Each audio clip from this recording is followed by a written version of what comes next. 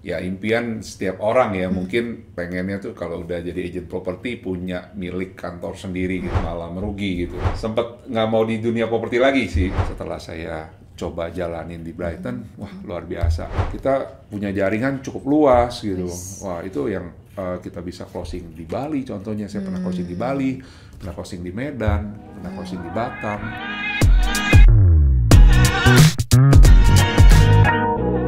Bangkit dari keterpurukan, ternyata menjadi seorang agen properti punya kantor sendiri tidak segampang yang dibayangkan. Bahkan bisa sampai merugi hingga gulung tikar. Gimana ceritanya? Bersama kita please welcome Pak Yonatan. Oke. Halo Bright People, saya Yonatan, partner bisnisnya Brighton. Nice to meet you, Pak Yo. Seperti yang tadi kita sempat ngobrol di belakang ya, ternyata cerita Pak Yo ini seru sekali untuk kita ulik ya, Bright People. Jadi bagaimana ternyata kalau kita punya mimpi, bisnis sendiri, punya kantor sendiri, cuan sendiri itu kayaknya idaman semua orang ya, Pak ya. Betul, Ellen. Ya, betul. tapi ternyata ada cerita versi Pak Yo yang, ternyata tidak semudah yang dibayangkan gitu, Benar, Pak Yo ya. benar, Boleh dong Ellen. Pak Yo cerita-cerita waktu awalnya Pak Yo di properti itu seperti apa sih? Oke, Erlin. Ya, awalnya memang saya terjun di dunia properti ini ya udah lumayan lama sih. Ya, impian setiap orang ya, mungkin pengennya tuh kalau udah jadi agent properti punya milik kantor sendiri gitu, Erlin. Sejak tahun berapa itu Pak berarti? Sekitar tahun 2005 ya, Erlin ya. waktu itu 2005, ya. 2005 oke. ya. Nah, waktu itu impian saya juga memang ya pengen lah punya penghasilan dari kantor saya sendiri gitu.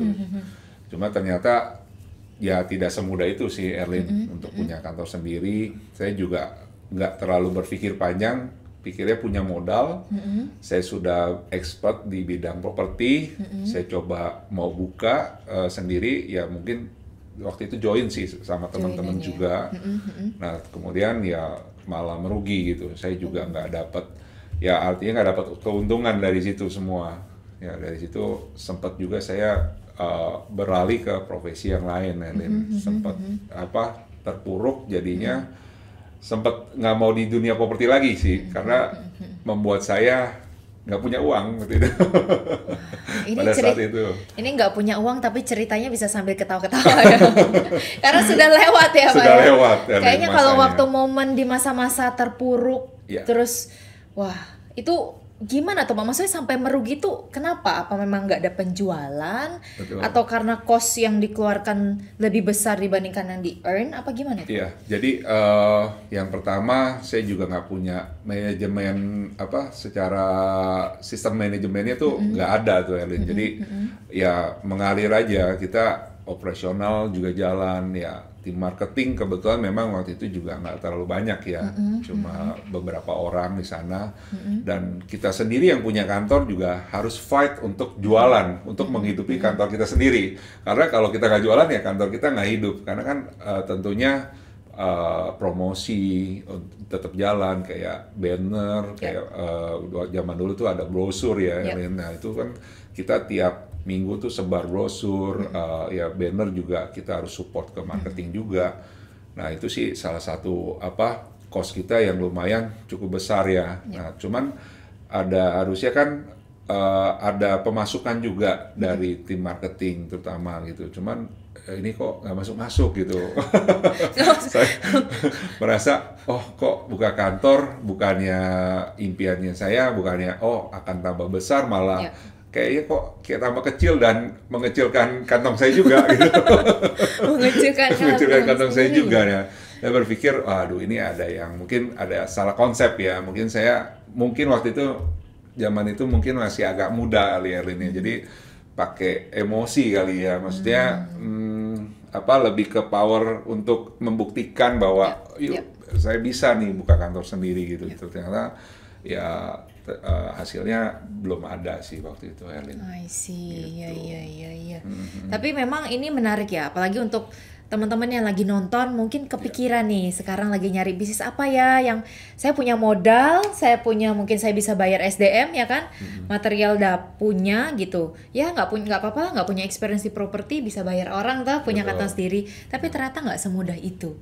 Ya Pak Yo pun yang experience-nya sudah luar biasa sampai wah pede nih ya buka kantor sendiri, tapi ternyata juga tidak semudah itu, banyak hal-hal yang harus diperhatikan ya Pak diperhatikan, ya. betul Helen. Ya, terutama memang kita kan juga tempat itu kan harus ada sewa juga ya Yap. waktu itu ya. Nah itu sih terkendala itu juga, bayar uang sewa. Tentunya ya setelah sewa ruko berikut isinya dong, nggak mungkin kan kita cuma taruh meja, Tikeran gitu. tikeran gitu kan, mungkin nggak dong. mungkin kan.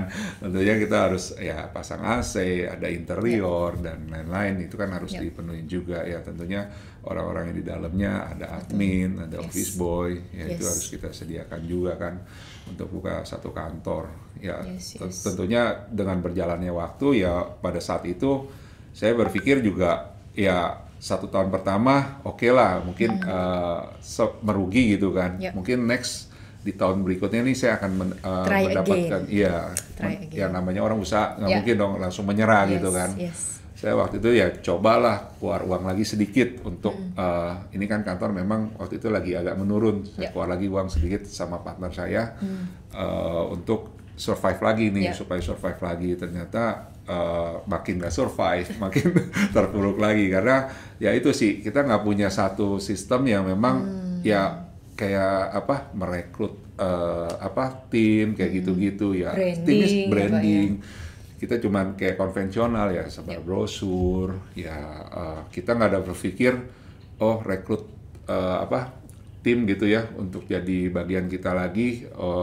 Ya kita cuman keranjangnya kita segitu-segitu aja, timnya kita nggak nambah-nambah, orangnya itu lagi.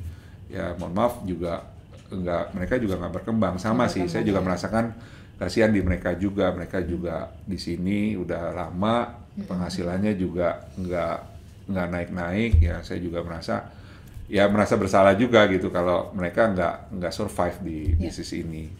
Nah lalu ini Pak, ketika terpuruk itu Pak, jadi kan kayak tadi kan Bapak ceritanya, oke, try again deh, sampai akhirnya di titik, wah kayak nggak bisa nih. Terus itu gimana tuh Pak ceritanya dan akhirnya berubah haluan atau gimana tuh Pak? Iya, jadi saya waktu itu setelah modalnya habis gitu kan, mau nggak mau kan saya harus cari dari ladang yang lain ya.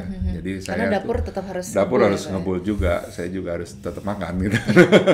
Jadi saya juga akhirnya bekerja sih Herlin. Ada penawaran kerja, tetap memang jadi sales marketing juga. Yaitu jadi sales handphone ya waktu itu ya. Jadi akhirnya kerja sama orang. Kerja sama orang Herlin. Karena benar-benar minus gitu kan di rekening saya itu, benar-benar saya nggak tahu gimana lagi caranya. Waktu itu kan juga nggak berpikir utang atau gimana lebih baik ya saya kerja gitu karena kan saya masih mampu ya saya kerja. Cuman nggak di bidang properti, akhirnya saya di bidang yang lain gitu kan, jadi sales handphone pada saat itu. Gitu sih Erin. Nah, perjalanan itu sih ya cuma 1 tahun sih memang saya jalanin untuk jadi sales handphone. Karena untuk menutupi penghasilan saya yang memang minus tadi gitu. Harus dulu kan zaman dulu saya masih kos juga, harus bayar kos juga gitu. Kos-kosan kan ya lumayan ya, nggak mahal sih, tapi ya habis kos kan pasti ada buat makan juga. Gitu. Betul. Itu sudah berkeluarga tuh Pak posisinya? Itu belum berkeluarga, masih sendiri kebetulan, masih bisa hemat-hemat. Oke. Nah tapi ketika sudah 1 tahun, ini kan kebetulan Bapak sekarang sudah di properti kembali itu Pak. Jadi kayak CLBK ya teman-teman ya. Cinta lama bersemi kembali ya. Sudah ya maksudnya kalau bagi saya itu sudah bad experience sebenarnya ya sampai minus seperti itu. Tapi kok gimana ceritanya bisa sampai kembali ke properti dan sampai akhirnya sekarang jadi salah satu pimpinan kantor di Brighton. Ya, Elin. Gimana Pak? Ya puji Tuhan sih waktu itu juga ada leader saya yang mengenalkan lagi tentang bisnis properti lagi gitu kan. Tadinya saya juga sempat mau berpikir ulang, maksudnya ya udahlah nanti aja deh, soalnya properti ini kadang buat saya trauma pada waktu itu kan. Saya pikir penghasilan saya juga sampai minus. Tapi saya coba lagi jalanin saat itu di brand yang lain memang Elin. Waktu itu sebelum di Brighton ya, saya coba di brand yang lain. Cukup lumayan sih hasilnya, mulai bangkit lagi. Oh ternyata saya menemukan lagi nih passion saya yang memang waktu itu di bidang ini saya udah pernah jalanin gitu. Ternyata saya coba lagi di tahun itu sekitar 2008 ternyata hasilnya udah mulai mengikuti juga ya Lin. Saya udah mulai jualan lagi sebagai seorang sales lagi ya, sales properti lagi saya jalanin ya sampai saat ini ya Lin. Yep. Berarti itu maksudnya sambil yang tadi kerja di tempat orang apa lepas terus full time di properti, Pak? Iya, akhirnya saya mutusin untuk full time di properti. Karena kalau saya dua kaki gitu kan susah juga, saya nggak akan berkembang juga. Jadi saya tetap saya benar-benar fokus di properti lagi. Saya coba di trade area saya dalamin lagi untuk posisi marketnya ya gitu. Jadi ya mengalir, ternyata hasilnya ya mungkin Tuhan sudah menaruh saya di ladang ini gitu, Erlin. Seperti itu sih. Kalau versi Bapak lumayan itu di berapa, Pak, perkiraannya? Maksudnya secara income, maksudnya pendapatan ketika mencoba kembali bisnis properti, karena mungkin dari teman-teman yang sekarang menonton tuh nggak ada gambaran gitu. Sebenarnya kalau jadi agent properti memang uangnya berapa sih? Apakah UMR, apakah sampai langsung miliaran dapatnya atau seperti apa? Iya, memang kan setiap kita kan dibayar ya lewat fee ya, lewat komisi ya, tergantung penjualan sih Erlin. Ya mungkin saat itu sih cukup lah buat bayar kos ya, kalau memang ini yang tadinya sebenarnya sempat nunggak juga uang kos, ya akhirnya kebayar juga untuk bayar kos, ya untuk punya kendaraan juga, untuk beli kendaraan, nah itu juga udah bisa juga Erlin. Ya untuk nominal sih sebenarnya kalau di bisnis agent property unlimited ya, maksudnya kita nggak bisa perkirakan bahwa kita akan dapat UMR atau bulan depan kita akan dapat sekian ya. Banyak kejutan-kejutan memang di agent property ini. Yang penting ya kita jalaninnya dengan sepenuh hati. Kita juga punya skill terus ditambah. Tentunya hasilnya sih mengikuti Erlin. Mengikuti ya. Betul. Tapi secara average dalam misalnya in 1 year terus average per bulan itu sebenarnya kalau untuk agent properti yang rajin bisa nggak Pak sampai hit 20 juta, double digit ya misalnya double digit, 3 digit itu bisa Pak? Oh bisa banget Erin, ya. Pengalaman saya banyak sih ya teman-teman dari agent properti pun ya termasuk saya juga mengalami ya perubahan di income ya. Saya juga ya mungkin kalau orang gajian kan tiap bulan nungguin per bulan ya udah gaji ditaker segini, tapi kalau agent properti kita nggak nungguin bulanan nih, mau belanja juga nggak nungguin akhir bulan gitu. Itu jadi bisa kapanpun uang masuk gitu. Kapanpun uang masuk, kita jual pagi ya terserah. Di Brighton ini komisi cair lebih cepat lagi, sehari sudah cair gitu. Sehari cair, makanya kalau kita mau belanja, kadang-kadang istri saya juga ya nggak usah tunggu akhir bulan gitu, kadang-kadang uang sudah ada, kita bisa belanja gitu, Erlin.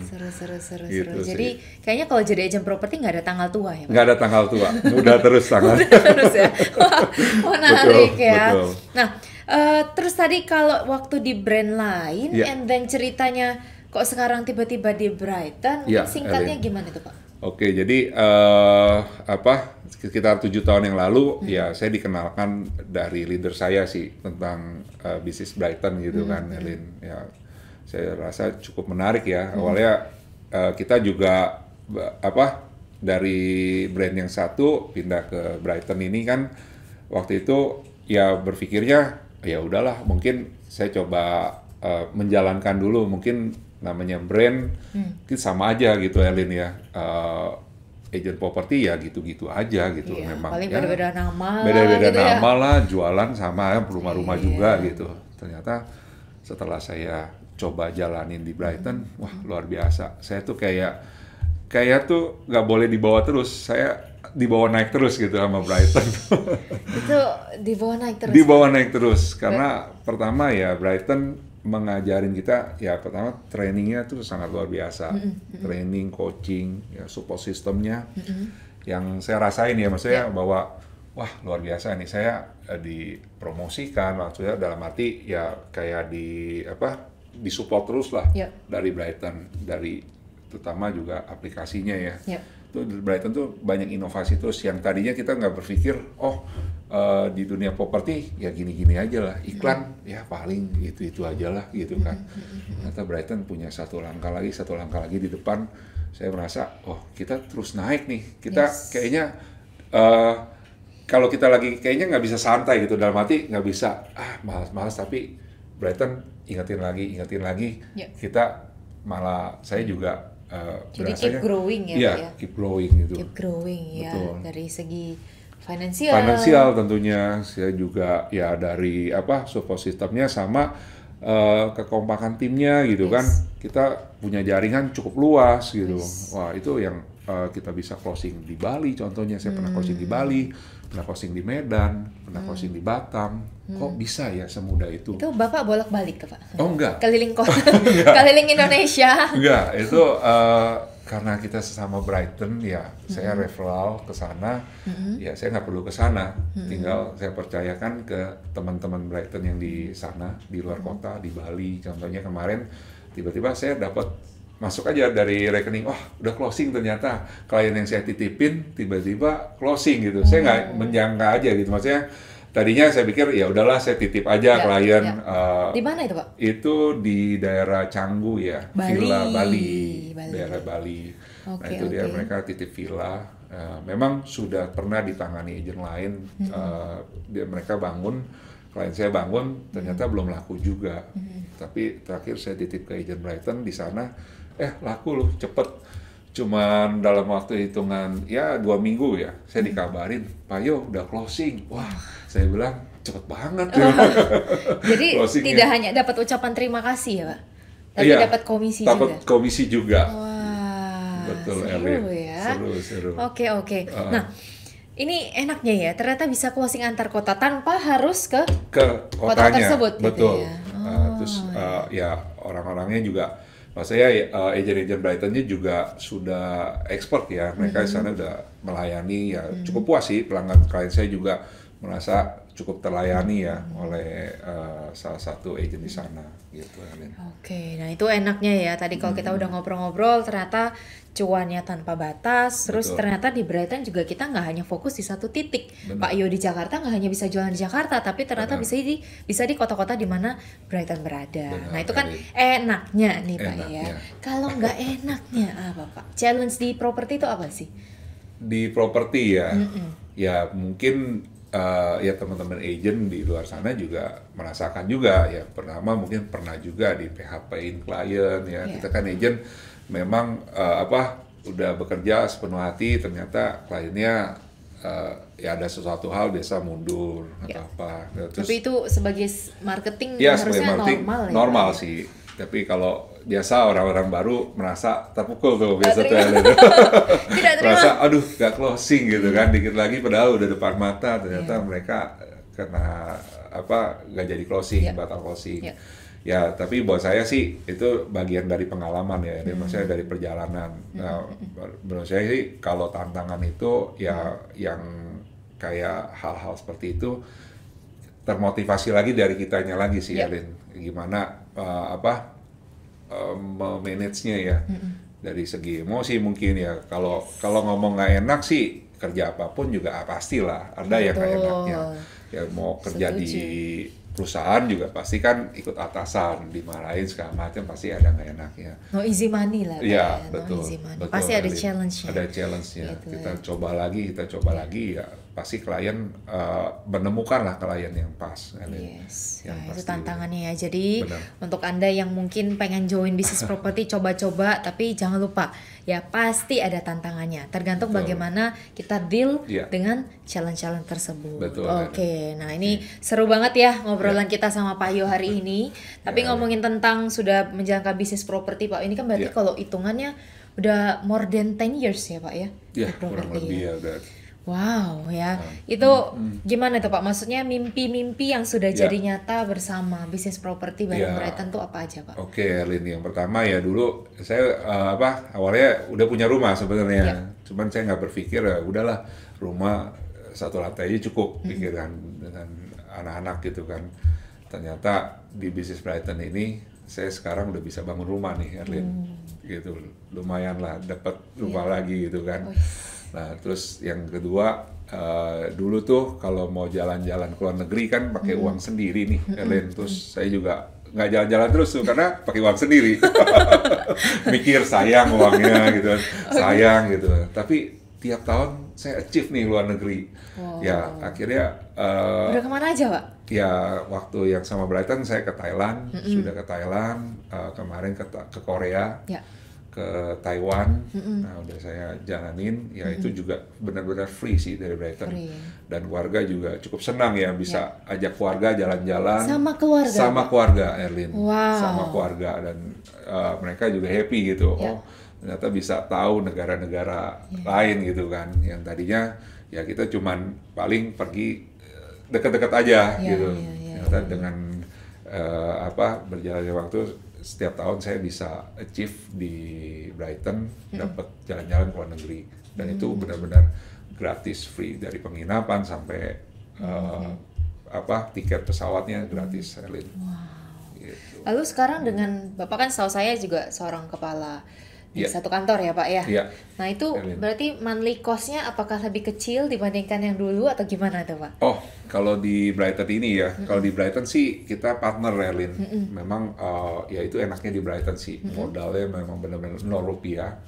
Artinya ya saya tinggal menjalankan bisnisnya, tentunya bisnisnya Brighton ini. Ya saya juga kantor saya, puji Tuhan ya udah grow gitu kan, udah punya menemukan kantor lagi. Yes. Ya itu sih yang maksudnya saya berpikir, oh iya ya, pondasinya tuh harus kuat dulu di agent property. Ternyata kita menjalankan ini bukannya kita punya uang, seberapa kaya pun kita punya uang, kita mau buka sesuatu itu tanpa berpikir, maksudnya cuma pakai emosi. Nah, ternyata Brighton ini mengajarkan dari basic bawah dulu, pondasinya diperkuat dulu, punya bangun tim, baru kita punya kantor sendiri. Bukannya langsung expert pengen besar grow gitu langsung, ya nggak bisa sih, sesuatu itu ya harus dibangun dulu dari awal. Nah Brighton ini benar-benar saya merasakan dibukakan kantor modal 0 rupiah. Wow, gitu, modal 0 rupiah. Bahkan untuk interior, admin segala macam itu Bapak juga nggak repot. Betul, itu nggak repot. Nah manajemen dari pusat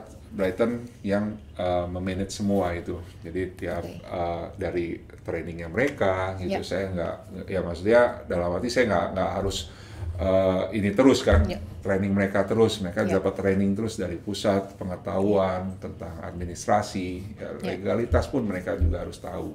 Gitu, ya enak ya, seru ya. Ada yang mau juga seperti Pak Yo, dibukain kantor modal 0 rupiah loh. Wow, dan setahu saya Brighton itu kantornya tidak terpencil, yang murah-murah ya kan. Itu biasanya selalu di jalan boulevard, jalan-jalan yang ramai, sehingga ya pasti harganya juga tidak murah ya.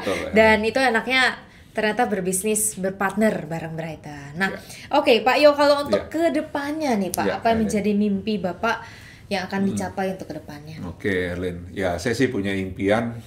Yang pertama jadi investor properti sih, karena kan saya sudah di bidang ini ya, Erlin. Saya juga pengen jadi punya properti ya, kayak ternak properti nih, Erlin, punya properti sampai 12 properti gitu Pak, sampai amin. Ya bisa. Amin, bisa ya, Erlin ya. Nggak ada yang nggak mungkin kan. Ya step demi step, coba nanti saya juga akan lirik mana properti-properti yang memang bisa saya invest, saya kembangkan juga, ya, karena pengalaman ya klien-klien saya juga mereka bermain di sana sudah mendulang cuan juga lumayan gitu kan dari invest properti kan. Ya saya juga sebagai yang mengenalkan mereka juga, saya juga pengen jadi investor juga seperti itu sih, Alin. Oh nice ya, apalagi kalau saya mikirnya gini Pak, kita jadi agent properti kan kita duluan yang tahu properti itu bagus, properti itu murah gitu kan. Nah kalau kita punya ability untuk ngambil, ya kita juga akan jadi orang yang pertama. Benar, ngambil, gitu. Jadi properti yang paling tahu di awal sebenarnya barang ini murah atau barang ini bagus, potensi gimana segala macam kan. Betul. Oke. Ya jadi mungkin sedikit closing statement untuk teman-teman yang nonton Pak ya.